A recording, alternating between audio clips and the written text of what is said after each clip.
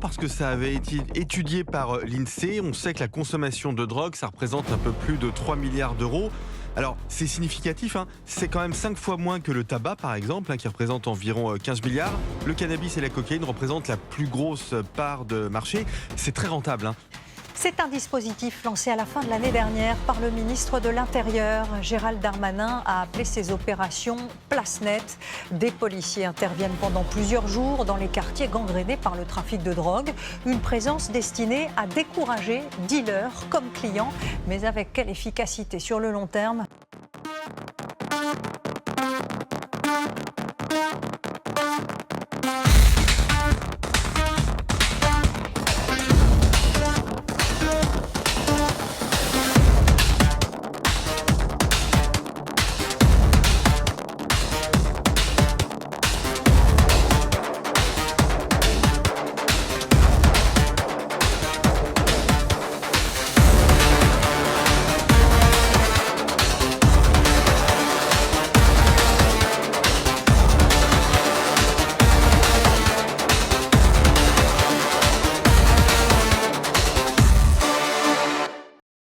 Bienvenue dans le dossier Pègre. Aujourd'hui, nous allons parler de l'économie souterraine et la face cachée du marché. Tout commence par un chiffre presque impossible à imaginer. Chaque année, le trafic de drogue génère plusieurs milliards d'euros en France. Selon l'Observatoire français des drogues et des tendances addictives, ce marché représenterait environ 6,8 milliards d'euros par an. C'est l'équivalent du chiffre d'affaires annuel d'une grande entreprise. Pourtant, cet argent circule entièrement en dehors de l'économie légale. Mais derrière ce chiffre se cache une réalité que la plupart des citoyens ne voient jamais. Un système discret, organisé et profondément ancré dans certains territoires. Contrairement à ce que l'on imagine, le trafic de stupéfiants n'est pas uniquement une succession d'échanges clandestins improvisés. C'est un système complexe qui relie producteurs, intermédiaires et consommateurs à travers les réseaux internationaux. Des routes maritimes, des circuits financiers opaques et des milliers d'acteurs invisibles. Et ce système fonctionne depuis plusieurs décennies. Imaginez un conteneur maritime ordinaire traversant l'Atlantique. À l'intérieur, certaines cargaisons contiennent du matériel légal et d'autres de la cocaïne. Chaque année, des tonnes de drogue traversent l'océan pour arriver dans nos villes. Une fois sur le territoire, elle doit être distribuée. Et c'est là que le système devient presque invisible. Mais la vraie question est ailleurs. Comment une économie illégale aussi massive peut-elle fonctionner au cœur d'un pays moderne et sans jamais disparaître ? L'Europe est aujourd'hui l'un des principaux marchés de cocaïne au monde. Selon l'Office des Nations Unies contre la drogue et le crime, les cargaisons quittent l'Amérique du Sud, dissimulées dans des containers, puis arrivent dans le grand port européen. Des milliers de containers passent chaque semaine par les ports. La plupart transportent des produits légaux, mais certains contiennent la marchandise interdite qui alimentera les marchés clandestins. Et une fois ces cargaisons arrivées en Europe, une nouvelle étape commence. En France, on estime qu'il existe environ 3000 points de vente actifs, selon la commission d'enquête du Sénat français. Ces points de vente peuvent se trouver dans différents quartiers urbains, mais ils ont une caractéristique commune. Ils sont organisés pour fonctionner de manière discrète et efficace. Dans de nombreuses enquêtes judiciaires, les autorités décrivent ces réseaux comme des organisations structurées.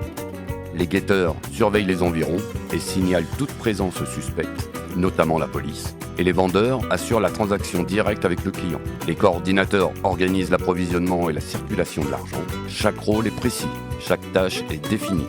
Et plus on remonte dans la hiérarchie, plus les responsables deviennent difficiles à identifier. Dans cette économie clandestine, les véritables décideurs restent invisibles. La compétition pour le contrôle des territoires est féroce.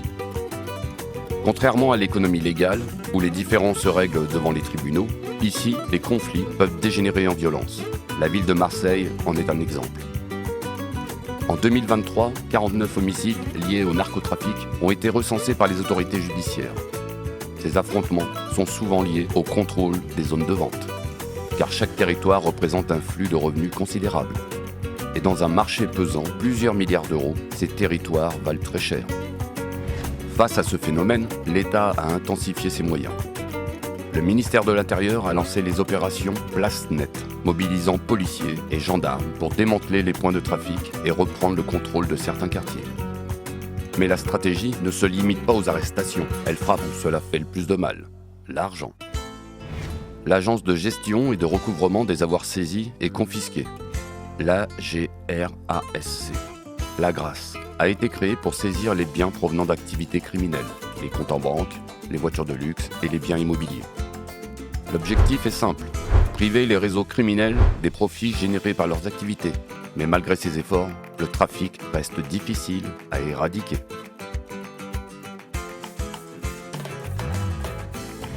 En 2024, les autorités françaises ont saisi 53,5 tonnes de cocaïne, un niveau record selon le ministère de l'Intérieur. Ces chiffres illustrent deux réalités, l'intensification des contrôles et de la répression et l'ampleur colossale du marché qui continue de circuler malgré les saisies. Et ces saisies ne représentent qu'une partie du flux réel. Le trafic ne peut être compris uniquement comme un problème criminel. Il s'inscrit dans des réalités sociales et économiques complexes. Dans certains quartiers, le manque d'opportunités et la précarité rendent certains jeunes vulnérables au recrutement par les réseaux. Ces jeunes participent à la distribution, renforçant la résilience du marché. Ainsi, même après l'arrestation de responsables ou la fermeture de points de vente, un nouveau groupe peut rapidement prendre sa place. Les chercheurs parlent d'un marché résilient, capable de se reconstituer rapidement. Cette capacité d'adaptation explique pourquoi le narcotrafic reste un défi majeur pour les autorités. Un défi à la fois sécuritaire, économique et social.